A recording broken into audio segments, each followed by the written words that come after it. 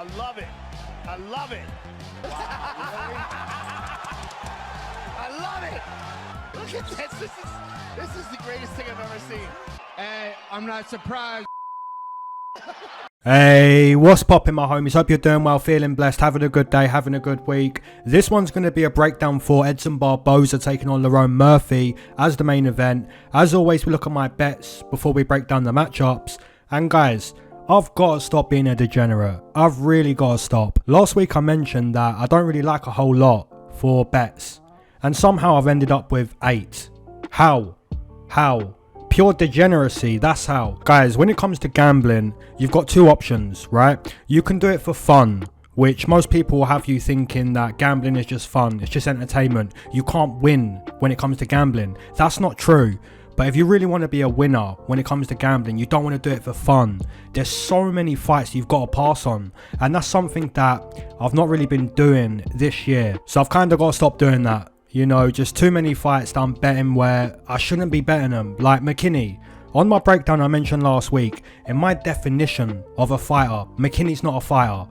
Why am I taking the shot on round 1? Why am I taking the chance on McKinney? Why? Because it's degeneracy, that's why. So I've got to eliminate what most people struggle with, and that's degeneracy. When you've got a fighter that's minus 400, like Melissa Gatto, when you know that betting on Melissa Gatto at minus 400, it's just no bueno. Why would I do it? But that's something I've done so many times this year. You know, accepting unnecessary risk when I really shouldn't be doing so. So hopefully I can stop doing that, and I will stop doing that. Now looking at MoneyCity, so many people got dusted by Despain. That's what I'm saying. You know, minus 250. He's fought against Dossers. Hasn't been past the first minute. Why are we betting him? Why are we doing it? Degeneracy, that's why. Okay guys, let's go. Now guys, first matchup on the card, we've got Emily Ducote taking on Vanessa Demopoulos, former stripper girl, right? Her jiu-jitsu's good. Vanessa has good jiu-jitsu. But if the matchup stays on the feet, in my opinion, she's not that good on the feet. Whereas Emily Ducote, the calf kicks are good. The head kicks are also good. I think she's technically better than Vanessa Demopoulos. So guys, in my opinion, if Vanessa Demopoulos does beat Emily Ducote, more than likely she throws up an armbar or a triangle, or just implements a jiu-jitsu grappling game plan, right? I did take Vanessa as a big underdog against Kanako Murata, but the main reason as to why I picked Vanessa Demopoulos against Kanako Murata as a massive underdog, Murata's kinda inactive, and also she's a lay and pray wrestler. So stylistically, it made sense to take Vanessa Demopoulos as a big underdog. But here against Emily Ducote, how does she beat Emily? You know, is she gonna outstrike her on the feet? Probably not. And if she doesn't outstrike her on the feet, that means she's got to implement a jiu-jitsu game plan. And I believe Emily's a black belt in jiu-jitsu. So yeah, give me the big favourite, Emily Ducote, but obviously no bet. You know, minus 350, minus 400, no bet. Now moving into a matchup between Alatengheili taking on Kleydson Rodrigues, and this is going to be wrestler versus striker. The wrestler is the Chinese fighter, Alatengheili, and the striker is Kleydson Rodrigues. So guys, in this one, there's a clash of styles. If you're Alatengheili, you want the fight on the mat. You want to get to the wrestling. And also, Kleydson Rodrigues, this guy's not a good wrestler. He's not a good grappler. The takedown defense, it's not that good. However, guys, if Kleydson Rodrigues keeps this matchup on the feet, keeps it striking, then he can do well against Alatengheili. You know, he can do well. You see against Chris Rodrigues in Alateng's last fight, he got pieced up. You know, pieced up by Chris Rodrigues. And most of us expected that, right? On the feet against Chris, it's going to be like that, especially for a wrestler. So if Alatengheili doesn't get this fight to the mat, then Kleydson Rodrigues can do his thing on the feet. And in my opinion, that's the pick to make. Give me the Brazilian, give me the striker, give me Kleydson Rodrigues. Now moving into a matchup between Piera Rodrigues taking on Ariane Carnelossi. And guys, we know that women's mixed martial arts is primarily decided based on who's got bigger nuts, basically. And obviously Piera Rodrigues and Carnelossi, neither of them have nuts. Not that you'd guess that looking at Carnelossi, right? You wouldn't guess that. When it comes to women's mixed martial arts, you want to decide, you want to make a pick most of the time based on who's physically stronger, who's the big sister, right? And in this case, quite clearly, it's Carnelossi. Now, I'm not saying that Carnelossi is going to piece up Piera Rodrigues. She's not going to do that. If you're Carnelossi, you want to get this fight to the mat. Because, guys, when you look at Piera Rodrigues in her last matchup against Gillian Robertson, she got mauled on the mat.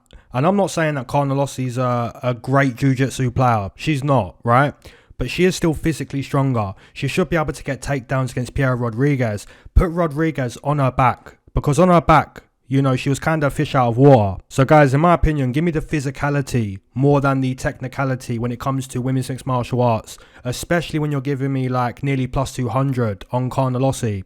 And I'm probably not going to bet her. I probably won't because it's women's mixed martial arts. But, yeah, give me the underdog. Give me Carnelossi. Piera Rodrigues on the mat in her last matchup. Dusty. Pure dusty. Now moving into a matchup between Magomedov taking on Warlley Alves. And guys, if you're someone like me who watches these fights week in, week out, then you know the weaknesses in pretty much every fighter, right? When it comes to Warlley Alves, this guy's cardio, pure dust. Pure dust. His cardio's non-existent, right? But here's the thing. When you look at Magomedov against Sean Strickland, got really tired. 3 minutes in, really tired. Kinda pathetic. And then you look at him against Kyle Machado. His final round, exhausted. So, although Warlley Alves, the cardio's really bad, Magomedov kinda struggles with the same thing, right? But if you had to pick, if you had to make a pick, in my opinion, it's still Magomedov. It's still a bus in this spot. But guys, when it comes to gambling, do we need to bet on Magomedov at minus 300 against Warlley Alves? Do we need to do that?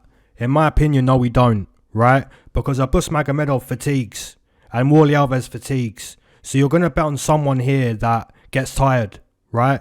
So you don't want to do that. But yeah, if I had to make a pick, if I had to make a bet, gun to the head, COD 4 with the AK red dot, I'd go with a bus, but I'm not going to bet it. Now guys, moving into a matchup between Tamires Vidal taking on Melissa Gatto, and we're going to start with Melissa. So Melissa debuted against Victoria Leonardo back in August 2021, and what she done against Victoria in that fight, she dusted her. She dusted her really badly. She kind of looked like she was on steroids. She kind of looked juiced. That's how dominant her UFC debut was against Victoria Leonardo. And then you're looking at her performance against Sijara Eubanks, and Sijara was able to wrestle round in, round out, right? But Melissa Gatto's jiu-jitsu is okay. She'll throw up arm bars, she'll throw up triangles, she'll try to stop the fight with her jiu-jitsu. But what stopped the fight against Sijara Eubanks was the teep kick. The teep kick for Melissa Gatto, it's a strong weapon and she uses it most of the time. You know, she'll teep to the body. However, guys, Melissa Gatto is on a 2-fight losing streak, and those losses come into Tracy Cortez and Ariane Lipski. Now, the loss to Lipski, it was a close fight, but the boxing of Lipski, it kind of proved to be the result. Now, she is getting a step down in competition against Tamires Vidal, because in my opinion, Tamires Vidal, she's not that good. Now, guys, I did side with Tamires Vidal in her UFC debut against Ramona Pascal, but Ramona Pascal was doing TED Talks, and she's really hittable. You know, she's going to walk into the knee. She's going to walk into your strikes. Melissa Gatto's not really going to walk into your strikes. She's going to use the teep kick, keep you at that kicking distance, right? So, against Tamires Vidal, Melissa Gatto really should win. She should win this fight. But in terms of making a bet, look at the betting line. Minus 400 on Melissa Gatto. Come on now. Come on. The prediction's Melissa Gatto, but in terms of making a bet, no bet. Now moving into a matchup between Tom Nolan taking on Victor Martinez, and guys, this one's a layup. This one's an absolute layup for Tom Nolan. And some people might say, well, hold on a minute, did you see his UFC debut? He went in there against Nicholas Motta as a massive favourite and got dusted. That's true, right? That's true. However, guys, Victor Martinez got pieced up by Jordan Levitt. Let me say that again. Victor Martinez got pieced up by Jordan Levitt. Do I need to say any more? Guys, do I need to say any more? Look at Tom Nolan. Look at the striking. Yeah, sure, the chin's in the air. The UFC debut, it turned to dust. Sure, right? But against Victor Martinez, a guy that got pieced up by a jiu-jitsu player.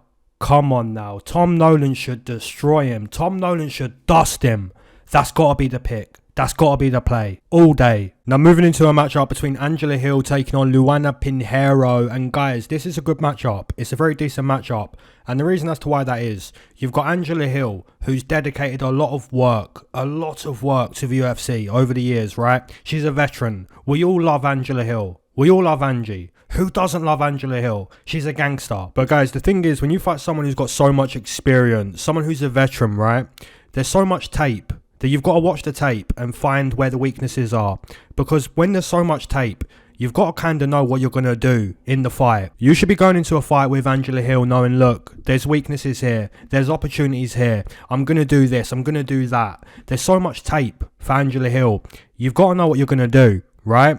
And historically, over the years, the grappling, the defensive grappling of Angela Hill, it's kind of been dusty. There's been many times where she's been grappled and lost fights like that.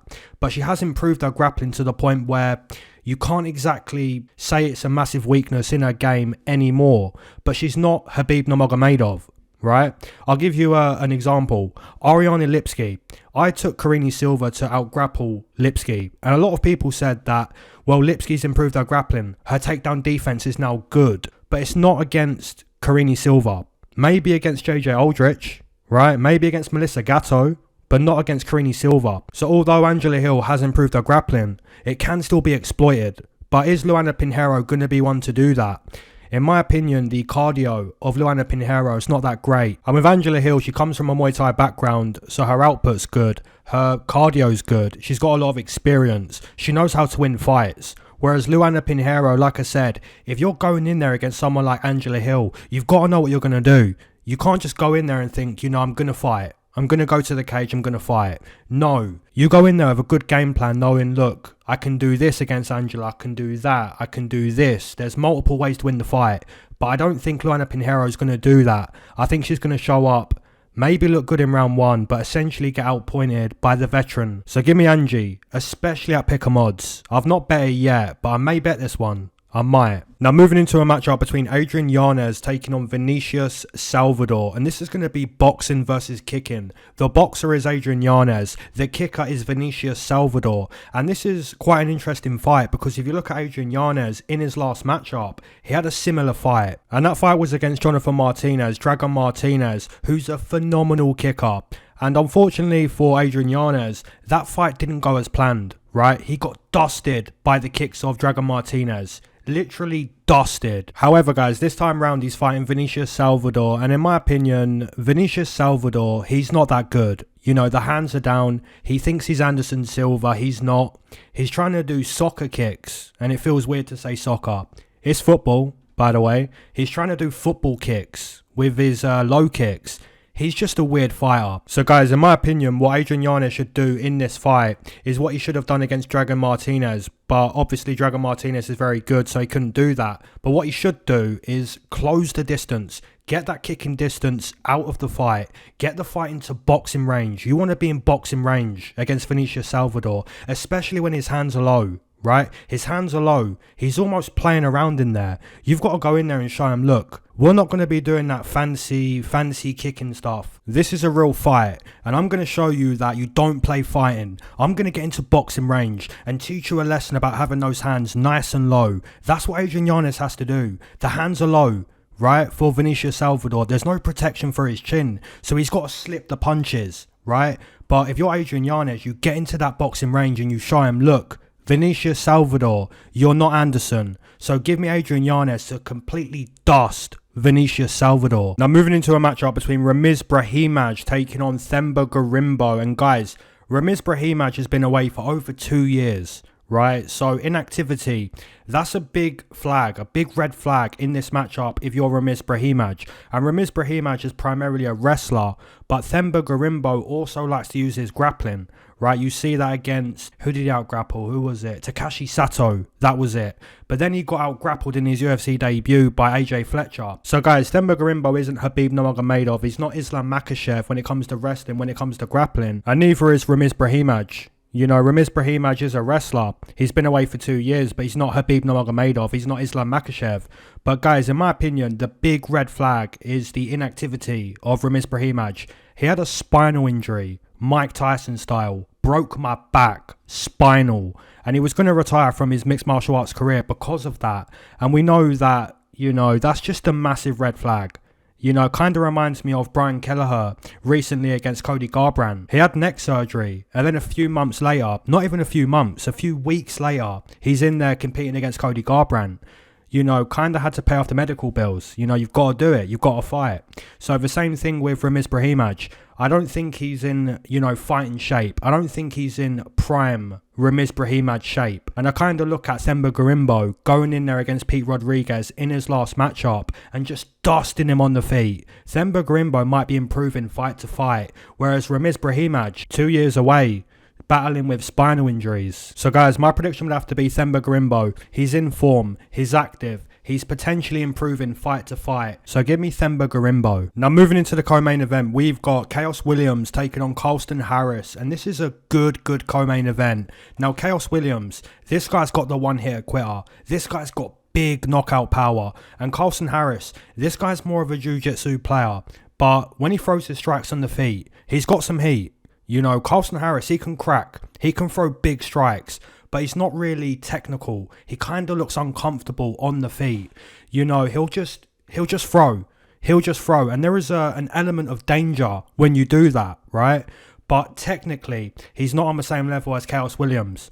When you look at Carlston Harris, he's really dangerous when it comes to grappling, when it comes to jiu-jitsu. And guys, I bet on Carlston Harris as an underdog in his last matchup against Jeremiah Wells. And for the most part, that bet kind of looked dusty. Right? For the most part, Jeremiah Wells won that fight. He won round 1. He won round 2. He was winning the final round. But Carlston Harris, like I said, his jiu-jitsu's dangerous. And Jeremiah Wells found out about that. You know, he got a takedown late. And Carlston Harris was able to wrap up an anaconda choke. Right?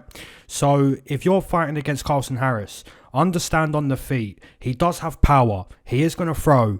But he's kind of uncomfortable on the feet. His takedown defense isn't good, but Khaos Williams doesn't really want to take the fight to the mat. Khaos Williams wants to stay on the feet. So if this matchup goes to the mat, more than likely, Carlston Harris is the guy taking it there. And if it stays on the feet, like I said, Khaos Williams is just more technical. He's got the one-hitter quitter, but it's technical. You know, he's not just throwing to throw. He's trying to throw to snipe your head, clean into row Z. You know what I'm saying? Thinking back to Abdul Razak Al Hassan. Al Hassan threw a low kick. And as he throws the low kick, Khaos Williams sees that. And he thinks, you know what? I'm going to punish you. I'm going to step into that low kick. And I'm going to send your consciousness to the King of Shadow City, Ben Askren. Why'd you do that to my dad? I didn't mean to, bro. Yeah, he's out cold. And that's what he done, you know, dusted Abdul Razak Al Hassan. And like I said, Carlston Harris on the feet, he can crack, he will throw, but it's not technical. And I think if he makes a mistake against someone like Khaos, you know, we could see a chaotic ending, and more than likely it would be for Khaos. So give me Khaos Williams to stop Carlston Harris in the co-main event. Now guys, moving into the main event, we've got Edson Barboza taking on Lerone Murphy. A very interesting main event. A very difficult prediction to make in the main event. And the reason as to why that is, Edson Barboza is one of the best strikers we've ever seen. And that's a fact, right? That's a fact. His Muay Thai is just unbelievable. Guys, the kicks of Edson Barboza, they're just so savage. His kicks are just some of the best kicks you've ever seen. Just amazing, right? So when you go to the cage against someone like Edson Barboza, you can't let this guy kick. If this guy starts to kick me, then the fight's going to be done. My legs are going to be done.